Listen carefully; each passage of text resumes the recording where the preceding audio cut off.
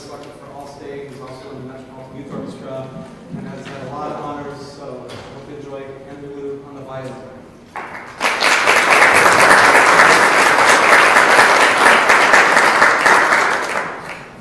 Playing the violin piece number 9, but Magazine.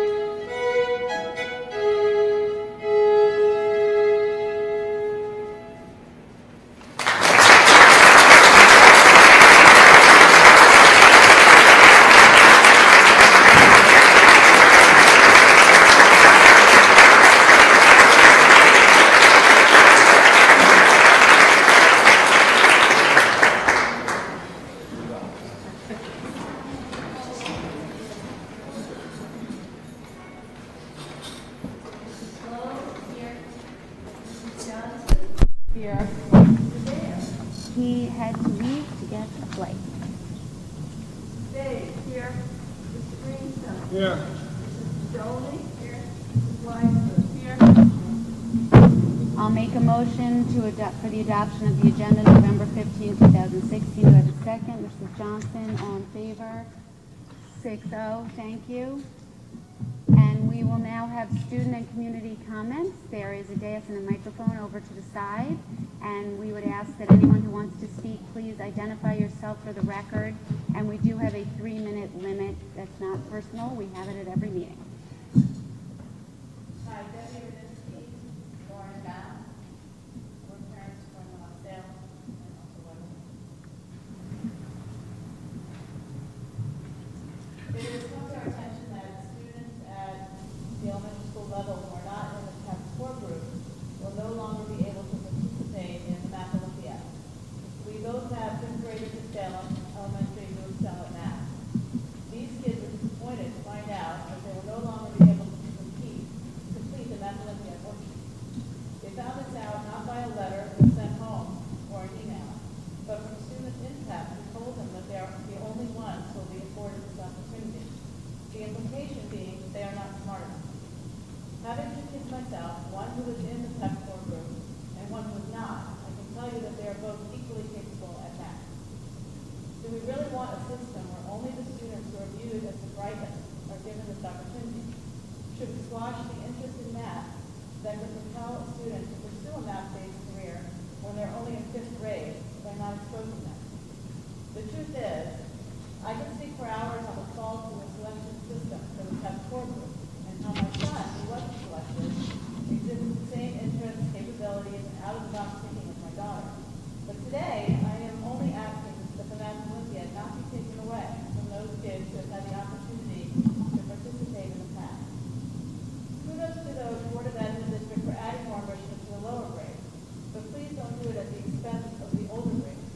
Administering the Math Olympiad doesn't seem to be an extremely time-consuming or labor-intensive process. Perhaps, if it can't be administered to the whole grade, a sign-up sheet could be used to find those kids who are interested, and it can be done as a lunchtime enrichment. I think the administration should be capable of finding a reasonable solution to this situation. Thank you. I just wanted to add one thing, that last year when TEP was available to the entire student body, I mean, not the Math Olympiad, Salem did send 4 students from TEP and 1 qualifying student that was not a TEP student. And that's really the disappointment of our children who excel on ELAs at level 4s and have scored continuously above the 95 percentile in the NWPA and were actually full tested for the PEP program. So these are kids that have been excelling at school and want to continue the ability to excel where they have ease or potentially have expertise, and that's really the disappointment. Thank you.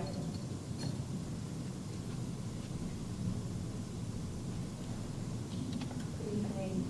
Christine Vesselin for Washington Teachers Association.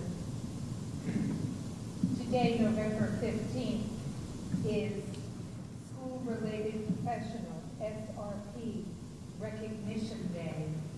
And I couldn't not take this opportunity to express to the community the important role that our school-related professionals play in our schools.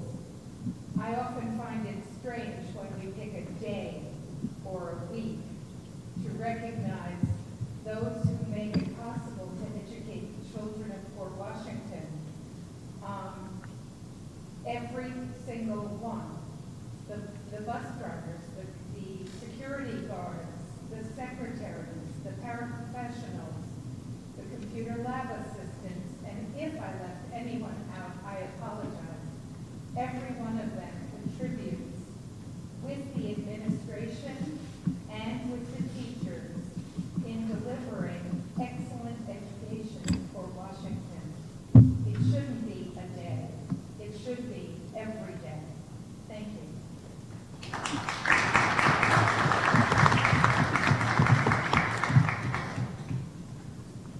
If there are no other speakers at this time, we will close that out.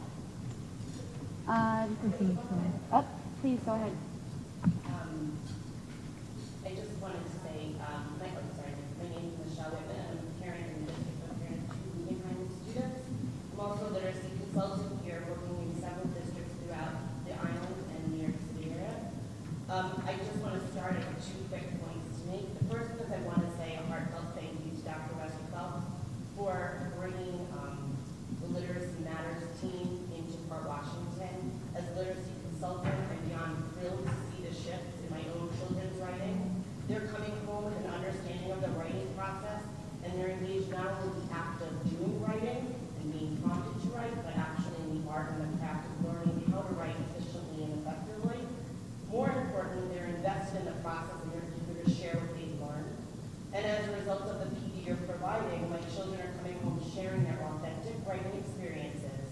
and they're seeing that they have a voice and an opportunity to have their voices be heard.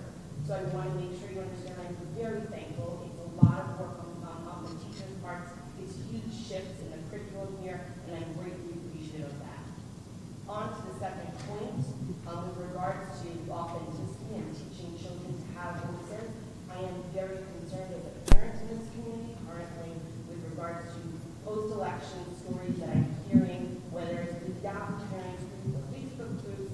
I just want to make sure you guys understand that there are a large number of parents in the community that have come together to draft a letter, and I believe it's been presented. Dr. Meeting probably would have been in receipt of it recently, this evening. I just want to make sure that you understand that if you are teaching the children to have voices and to have authentic voices and to know that their voices are important, it is time for you as a board and as a district to step up with regards to your leadership and make sure that we are creating and make sure we are maintaining a safe space for our children to share their voices, share their concerns in their classrooms and privately and publicly, so that they feel that they are safe. That's the number one priority, and I think that's shared widely throughout the district as parents. So thank you, and I know it's the first step, and I know people are eager to hear the response from the leadership of the district step up and make a pledge to committing to that. Thank you.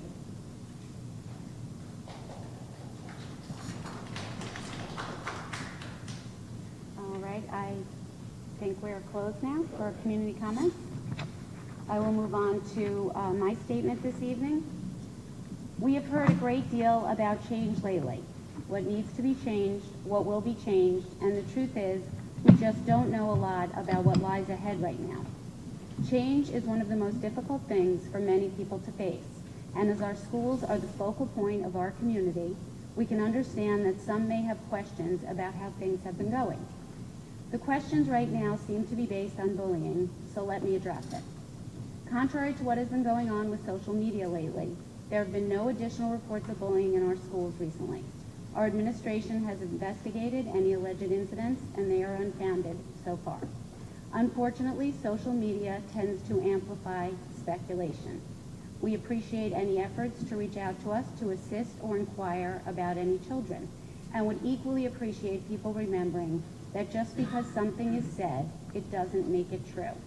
Our superintendent has been in close contact with our administrators and our staff, and everyone has been made well aware of Dr. Mooney's concern for any children in trouble. In regard to bullying, nothing in the Port Washington School District has changed because of the election. We do not allow bullying, period, end of story. This begins with our superintendent and remains consistent with every employee in our district. We have staff development on an ongoing basis for this very purpose. So we put time, effort, and resources into this. We have stepped up, and long before Twitter, to say the least. People in our community speak frequently about the diversity here, but in the schools, in the classrooms, lunchroom, and playing fields, we live it, we embrace it. I would say we have zero tolerance for the intolerant. We have a diversity committee to discuss best practices and programs to help achieve our goal of inclusiveness. We have a safety and substance abuse task force to educate and eradicate bullying, as countless studies showed us it leads to substance abuse. Staff and community members serve on both of these committees, and we are able to hear what is going on in our schools, help support the positive, and improve any negative. It is an ongoing process that began well before this election season and will continue well beyond. Recently, legislation was passed which is called the Dasa Act, Dignity for All Children. We made whatever changes necessary in our district to comply with the new legislation. The truth is, there was very little we had to change, as we were already doing it. We speak to our students constantly about speaking up if something is happening to you, and not just standing by if you see it happening to others. We don't want to be bystanders. We want to be upstanders. We encourage our students to speak to someone if something is going on that they don't like or feel comfortable about. And contrary to what many might think, they do. And any matter brought to the attention of the staff is addressed. We recently had the review at our middle school for the continued accreditation of the National Schools to Watch program. Dr. Mooney and I had the pleasure of hearing their observations, which we will hear more in depth at a later date. But what I want to tell you tonight is that the two gentlemen, seasoned in what they do and the amount of middle schools they go to, told us they were astounded by our children and how courteous and caring they were to each other and to the staff. They were greeted and engaged at every turn. They told us the story of the typical middle school situation of a student dropping all of their books in the middle of a hallway. But here, instead of laughing, many students went to help them pick up their things. They then remarked on the dedication and support of our staff. What goes on here in our schools is a group effort, and that effort pays off. We see it every day. Unfortunate episodes of bullying and social aggression are fewer and farther between. That is not conjecture, it is a fact. So what happens going forward into a world that is changing? We stay vigilant, we keep growing and caring for our students, and zero tolerance for the intolerant remains at zero. Regardless of any other changes in the Port Washington School District, the one constant has been and will be the way we run our schools. We ask ourselves this question: what is in the best interest of the children? We decide the best way to educate our children, keep them safe, and oversee their well-being and ensure that all children in every area of our district are treated fairly and as equals. Thank you. Dr. Mooney.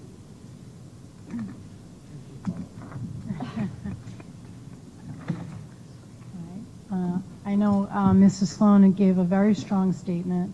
I reiterate that statement. It's really important for people to know you have to come forward and speak to administrators or counselors with specific instances, and we will investigate them thoroughly. Just again, putting things out there and people just thinking maybe it happened, maybe it didn't, it's not helpful or productive. And so I can't emphasize that enough. We are following up on every individual concern that has been presented to us, and very quickly as well. Just again to say, our schools they are safe places for our children. That's really, really important. We don't want anyone to feel uncomfortable coming to school. So again, I'll address it in a note that is going out tomorrow to parents and staff, but I think Mrs. Sloan really said it best on that point. And it's something we take very, very seriously. I wouldn't want anyone to think that we would allow that type of behavior to happen in our schools. On a lighter note, we just had our superintendent's conference day on November 8th, and I want to thank Dr. Westervelt and the Staff Development Committee, which is comprised of administrators and teachers, for putting together an extremely meaningful day. It was a full day of workshops and very, very productive. I visited, several of them, and to see our teachers engaged in that type of professional development, knowing that they will be bringing this back to the classrooms to improve and change instruction for students, is really a very, very important piece of what we do. So I thank everyone for that. I also want to congratulate and thank and express my gratitude to the school-related personnel, which are our paraprofessionals, our nurses, our custodians, our clericals. We are a community, we are a family, and we are all really, really dedicated to doing what's in the best interest of all of our children. So I really thank them for all their contributions as well, because so many folks go above and beyond, and that really also helps to create the culture of caring that we want in our schools. We have a number of discussion items and presentations tonight, so just a reminder that our Schreiber drama production, A Midsummer's Night's Dream, will start on Thursday evening and it will run through the weekend. And just a note that it will be in Weber Auditorium because the Schreiber Auditorium is currently unavailable. It's under renovation, which we're actually quite excited about. So that's a great project. And just finally, we are coming upon the holiday season, And I do want to at least wish, because we'll be back in December, but at least wish everyone a very happy Thanksgiving, and hopefully it will be a time for all of us to celebrate being with our family and our friends, and having gratitude for all the blessings and good things that we have in our life, and use that opportunity especially to demonstrate to our children that we're bigger than any political situation or election, and that how we care about and treat each other is really what's most important. So with that, I will just ask Ms. Fennick to give us a brief enrollment report. Good evening, everyone. As of November 2nd, our student enrollment was 5,542. We have 84 more students at this time than we did. 84 more than last year. Thank you. Obviously, our enrollment continues to increase. So hopefully, thank you. I will make a motion for approval of minutes for October 18th, 2016. Do I have a second? Ms. Johnson, all in favor? 6-0, thank you. And we will now move to the discussion item. I don't know who's leading this. Okay. Our discussion item this evening is we wanted to give our community and families a sense of some of the changes in different ways that we are looking to build upon, improve and expand home communication. And so it's a brief presentation tonight. Ms. Suzanne, who is the principal of Daly Elementary School, will do a brief overview for the elementary schools. Mr. Shields, the principal of Weber Middle School, will address what's done at the middle school, and Mr. Pernick will talk about communication, homeschool communications at the high school. So I will turn it over to them.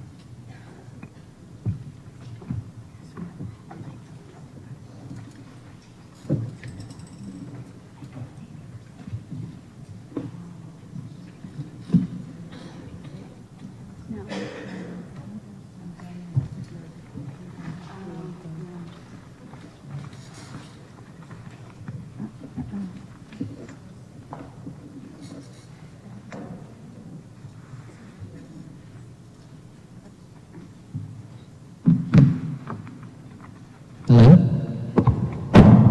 Sorry. Good evening, and thank you for having us share the ways we engage our school communities this evening. Keeping the parents in our school communities informed is one of the numerous jobs principals participate in each and every day. This could include policy and safety issues, updates within our buildings, and the best part of our job, bragging about the wonderful accomplishments of our students, as well as the exciting learning opportunities that are happening. While years ago, Xerox copies of notices were sent home in the children's backpacks, which was fine if you had an elementary child and you were checking the backpacks, but of course by the time they got to Weber and Schreiber, that was a little bit more challenging. The change in technology have allowed us to embrace new and extremely efficient ways to reach all the members of our school community in a quick and ecologically friendly way. Tonight, Mr. Shields, Mr. Pernick, and myself will give you a brief overview of how the principals and some of our directors are keeping the staff and parents, and with our older children, the students, informed. Each year, the changes in technology seem to surpass the speed of the year before. The invention of the smartphones and the capability of getting information in the palm of your hands have made a dramatic effect on society as a whole, which includes the ways in which we can communicate with our school communities. We can all agree that the number of times we engage with our phones during the day rarely includes a phone call. But that's an entirely different presentation. You will notice in the slides that many of us use similar tools and techniques, but it presents slightly different at each level. Click. So at the elementary schools, these are some of the things that are happening at the 5 elementary schools. We certainly have embraced the Connected technology that the district subscribed to many years ago, and we all send out mass emails that can update the parents on quick emergency situations. A lot of them we try to get translated so we can reach all of our population. And we also do connected phone calls, which I know you all get on every single phone that is connected to the site. Another way the elementary principals keep the community involved is through newsletters. Some principals do video newsletters. And of course on the bottom you see websites. We are finding... I didn't do it. Websites. Okay, websites. I don't have my phone on me now. But we have found over the last couple of years that parents do go to websites a little less frequently. We do have the ability of checking how many times they are looked at, and while parents will go for some information that remains all year, we used to post a lot of pictures of, on PR nature of what was going on in the building. But now we are finding that we've turned to such, we have begun to use Twitter in that way. A lot of the elementary principals and teachers are beginning to use Twitter just in a way of getting public relations messages out. For example, we want to give parents a glimpse of what's going on throughout the day. We won't use it to ever convey a message of safety or concern. That's always through an email, so that reaches everybody. But we'll use Twitter again just to kind of brag about what's happening in our schools. We want to give parents the opportunity to see what's happening in the elementary schools, to become part of the elementary schools. It helps that dinner conversation, when you come home and you say to your kid, what'd you do in school today? And they say, nothing. Well, you could bring up a picture and say, gee, I see that this was going on, or you had this assembly. So it is helping spark a lot of conversations. We also use the Remind 101 app. I use that with my staff to get out quick messages, and a lot of the teachers are now using it with the families in their class. So of course, at the elementary level, nothing is going obviously to the students. This is all adult to adult conversation. You can go to the next slide so you could just get an example of what something on Twitter might look like. This is something called Tweetdeck. So even if you don't have a Twitter app, you could go on Tweetdeck, and for example, this is @DailySchool. So @DailySchool is our handle @DailySchool. Up there you'll see a lot of the teachers who themselves are tweeting. So what they do is each teacher has their own individual account, and at the end of their tweet they'll put @DailySchool. That means that I get the notification, it's a little like Big Brother is watching, and then I have the ability to retweet it so that everybody who follows @DailySchool can see everything that's happening at @DailySchool. When we first launched this with anything else, we talked about responsible usage of Twitter. We had a big discussion among the staff. Certainly any child that, according to Dr. Mooney sends out a FERPA letter in the beginning of the year, any parent has the ability to opt out their child from being in any photos, and we respect that, and we respect that in any pictures that we put up on websites, and certainly on Twitter as well. We never mention children's names on Twitter. We'll just mention a class. We're very vague, and I know you're far away right now, but at any time anyone could go on and follow @DailySchool or Salem or Manor Haven, and to just see that you get a glimpse of what's happening within our four walls. I did also, a lot of the principals, when we did start on Twitter, I shared with my school community expectations for parents as well, that this was just a place for you to appreciate and help celebrate what was happening within the elementary school walls. This was not a place for you to comment, rather if you had comments or concerns to bring them to the teachers or to myself. So I think with anything else, we gave very specific guidelines when we were starting something new, and we have a very positive following amongst all the elementary schools at this time. Okay, I'll pass it over to my colleague. Thank you very much. So at the middle school, we have a vision of connectedness. Many of you have heard me speak about this before, connectedness, communication, and technology. So when it comes to homeschool communication, our goal is to give the community a view into our school so that they can learn about experiences students are having and are able to engage in the learning process in a way that works for them. So our website, we view this as a reference tool for parents. Some parents find the AB schedule helpful. It is a place to learn about clubs and athletics, a resource to pull up such documents as the parent handbook, the code of conduct, and the entrance criteria for accelerated programs. We also use Connected as a more formal electronic mail system for things such as report cards, communications from our nurse, house welcome back letters, and occasional letters that I send home to parents.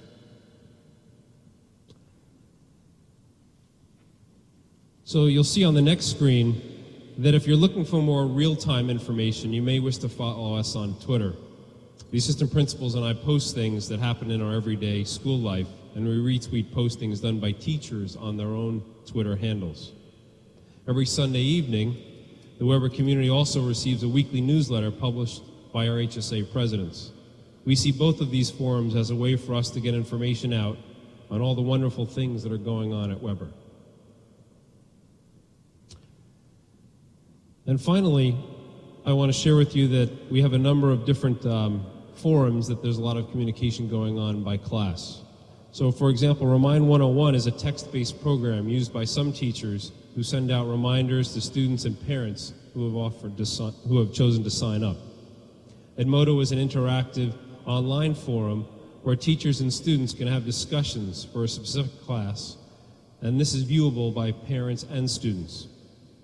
Goodreads is an online virtual reading log with a wealth of information, including quizzes, polls, and reviews with the ability to communicate with students and give feedback on their written responses, as well as student-to-student communication. I will now turn the microphone over to Mr. Pernick. Good evening, everybody.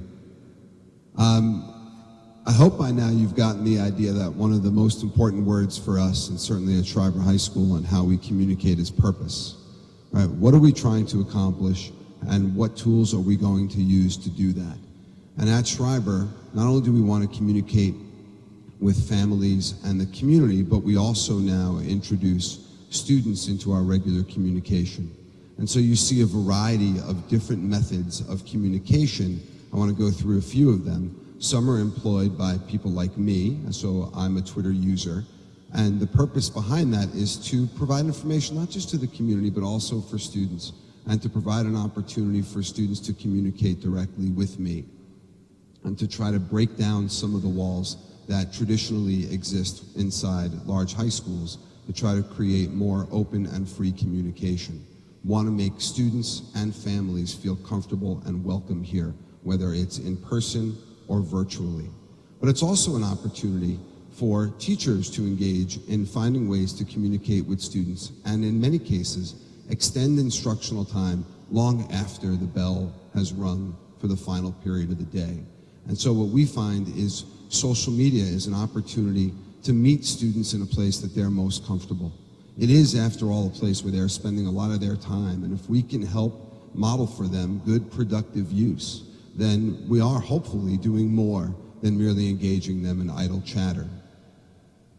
Also try to do things that are related to consistency. Not everybody is comfortable with social media, but we still want to provide as much information as possible. The more information that we're able to provide for you, hopefully the better we can create talking points as they exist outside in the community about our schools. So for example, every Friday I will send home a newsletter. I'll just skip to, that's what my Twitter page looks like. As an aside, I can come back. I know it's interesting. So I'll send home a newsletter, looks something like that, that will include activities, that might include pictures of some things that are happening in a timely fashion. We want to make sure that you get to see what's happening and read about what's happening in school on a weekly basis. The HSA, Mr. Shields mentioned, the HSA at Weber, all the HSAs and PTAs at every level send home a newsletter on a weekly basis. Schreiber does as well. And those are another opportunity to help provide information. The more information we can give to the community, the more we can reduce rumor and innuendo, and we can provide actual information about what's happening in schools. Just to go back quickly to the use of other social medias, most recently the 4 assistant principals at Schreiber all started a Remind account and invited parents and students to be part of those accounts. And the purpose of that is to create a more direct relationship between assistant principals and families and students, to provide more information in a more timely fashion, and to make sure that the information that your students are getting is the same information that you're getting at home, as sometimes that can be a frequent problem. We're not the only ones who are active in this. There are other administrators who also engage in trying to celebrate student activity and communicate as well. I have samples up here from our Director of Athletics, Stephanie Joanna, and from our Director of Creative Arts, Kevin Scully, who both tweet. And a couple of things to point out, not just about their Twitter handles, but about all of them, is that they're designed with also a purpose. These are designed to make it easy for you to find as they relate to Port Washington and each of our schools. They're not necessarily related to our names, but they are accounts that we would consider to be legacy accounts that can be monitored, controlled by anyone regardless of who is in those positions.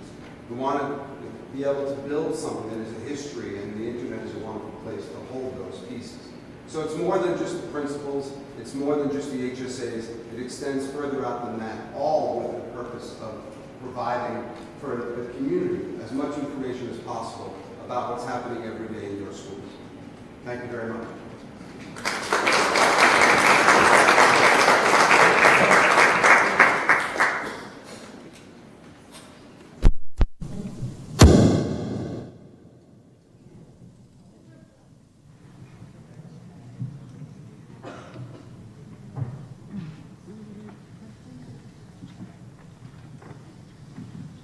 Thank you. Thank you for the presentation. I believe we have some questions. Larry? Not so much a question as a comment.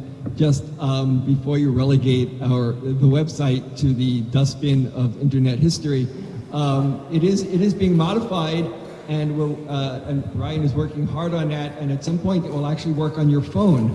So it will have a new life, and you'll be able to actually get more functionality out of it. So I just wanted to mention that. And hopefully it will be out in January, although I don't want to put any deadline that we might not meet on it. So let's say March.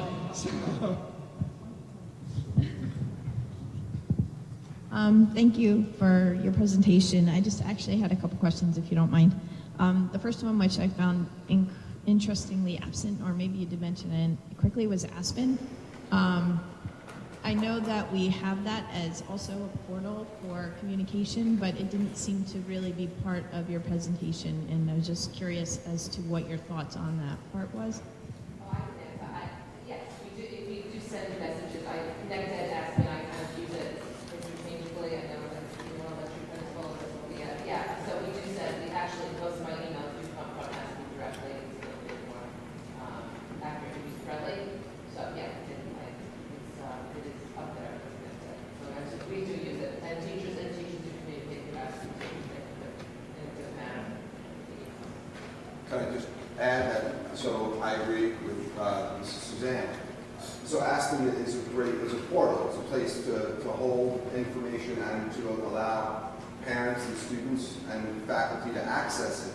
So we might send email through it, but most often we are sending you an email encouraging you to go and access the information. Right? We're using another tool to get to that tool. And so even when we send emails out through Aspen, they appear as emails and not as something separate. So I think Aspen is a tool that we still need to direct people to. Also, I know that the Wi-Fi kind of has blocked websites. I'm assuming Twitter is not blocked here? Correct. Right.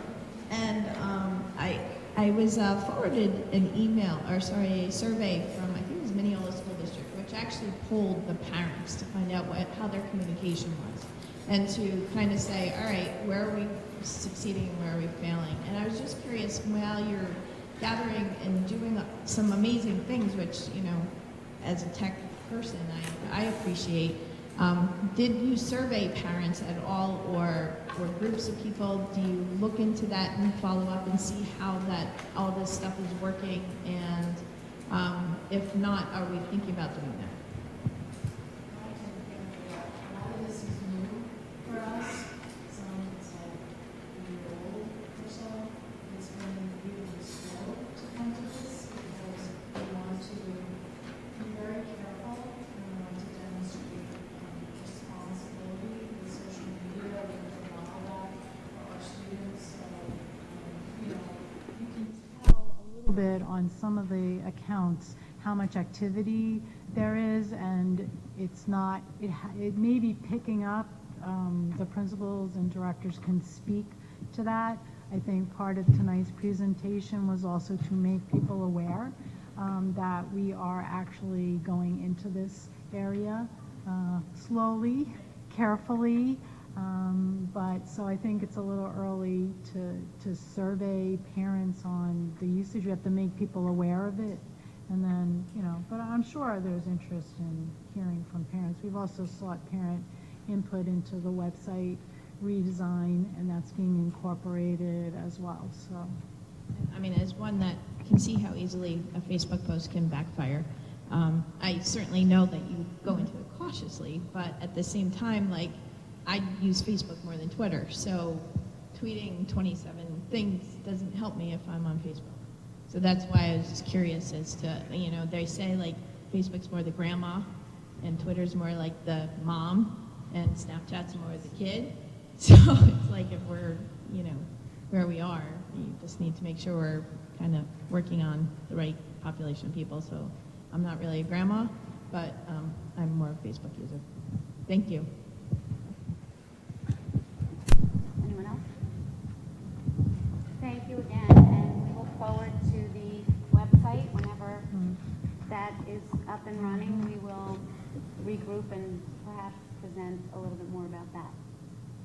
yes, yes, we have more internal work to do in terms of the website. We have to discuss with teachers and you know, and our administrators, but the actual redesign of it and the coding of it, I think it's really good that I can say that. Coding, that sounds good, right? Is in process, and so we have a few more steps before we're ready. But we are excited to have an updated website that we hope will be considered more parent-friendly because it's a great resource for our families. Yes, that is the reason we did it. Yep. Thank you. Now we'll go to committee reports, policy and personnel. Next meeting. The next meeting is December 9th at 8:30 in the morning at the Failing Annex, as usual. I don't know, Elaine, do we have a topic yet? I'm not sure if it's been announced. No, not yet. Okay. We did have a meeting, I believe it was last Thursday, yes.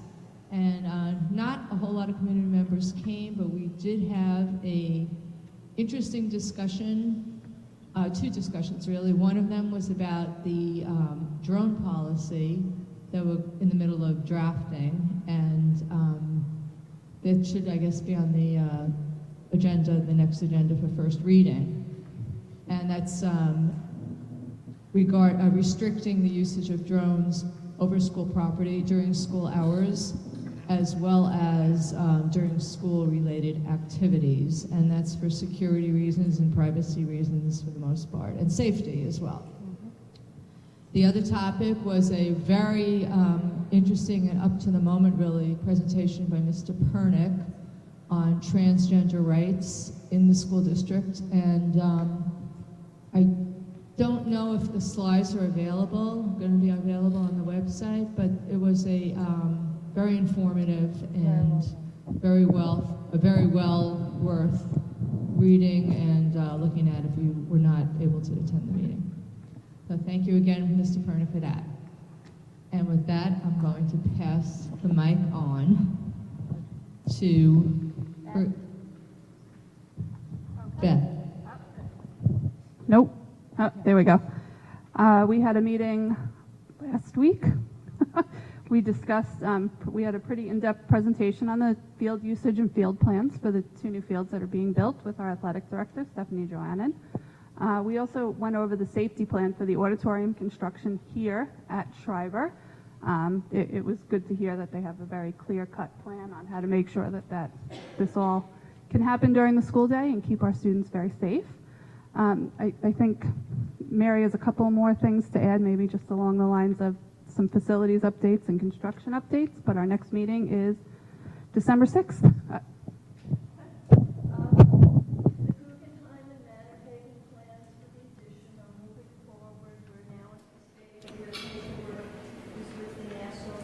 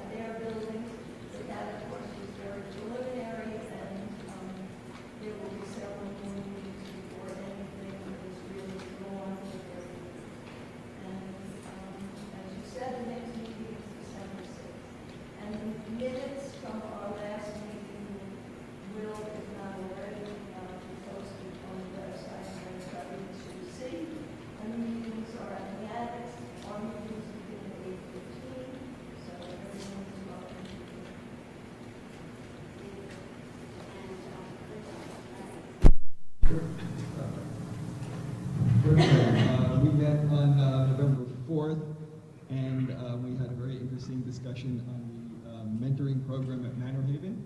That followed in a discussion in our previous meeting on a Weber presentation also on college pioneers. What we seem to be focusing on a lot this year is sort of relates to what Karen was talking about earlier today, is social and emotional aspects of our educational program, making our students into part of the community, and building respect for each other, and building all of those things that will help us through these times, and we didn't even know they were coming. So we are definitely ahead of the game there.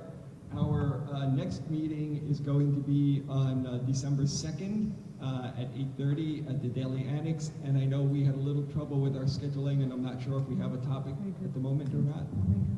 We do. We do actually. We will have a presentation by a Schreiber representative to share activities that are happening at Schreiber in collaboration with the Anti-Defamation League. So the timing could not be more perfect. Great. Yeah, I knew that was our tentative. So I'm glad that's coming into fruition, because, as you say, that is a totally timely thing that we did have planned in advance. So anyway, thank you, and hope to see a lot of you there. Thank you. I will go to the action items and make a motion for items A1 through D12. Do I have a second? Ms. Johnson.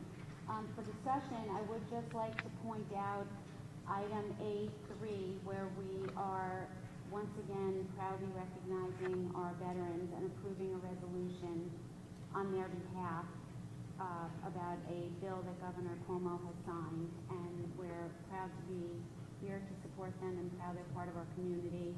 And I don't know if any are here this evening, but for the record, we just want to thank them all for their service. Oh, yes, right there. So thank you. And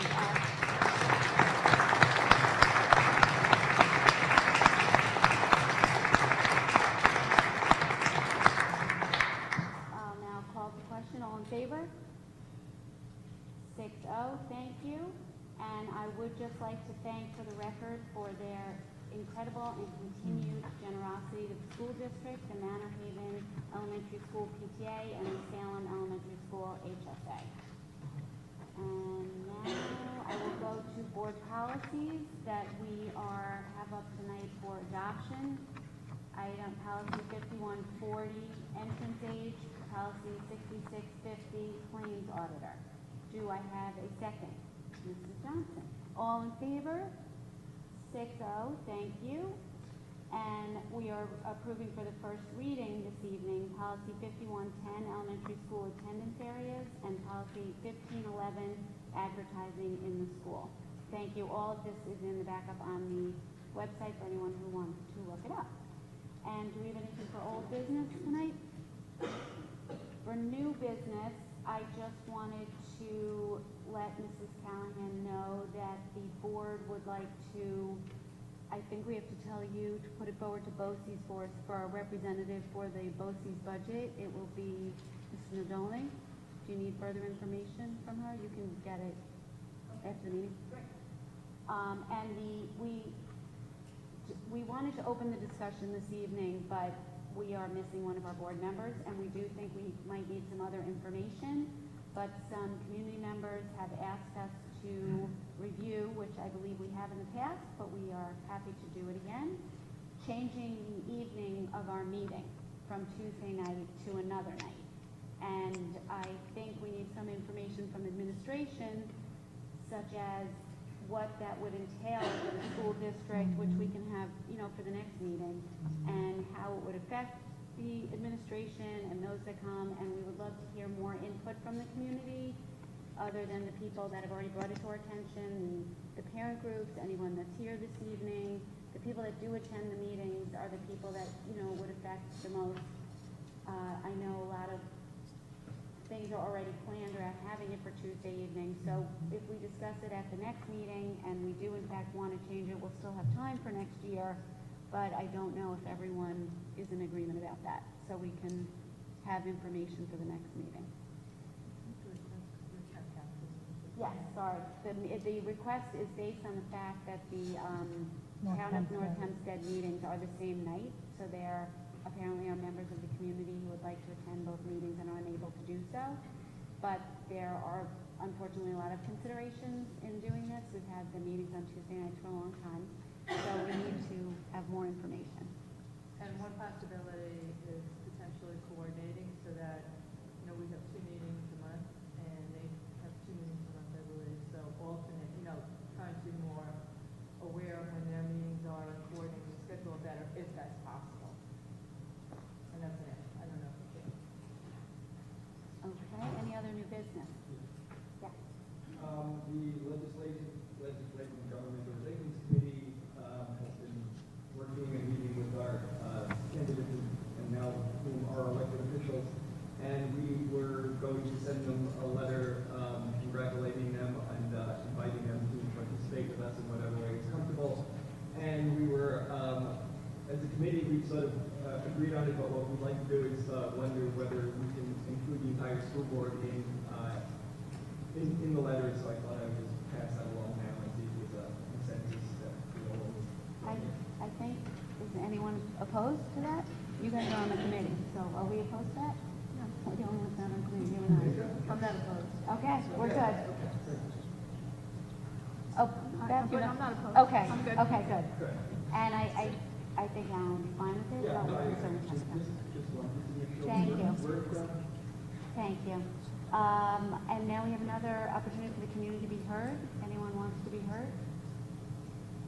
Okay, then we're adjourned. Thank you very much and happy Thanksgiving.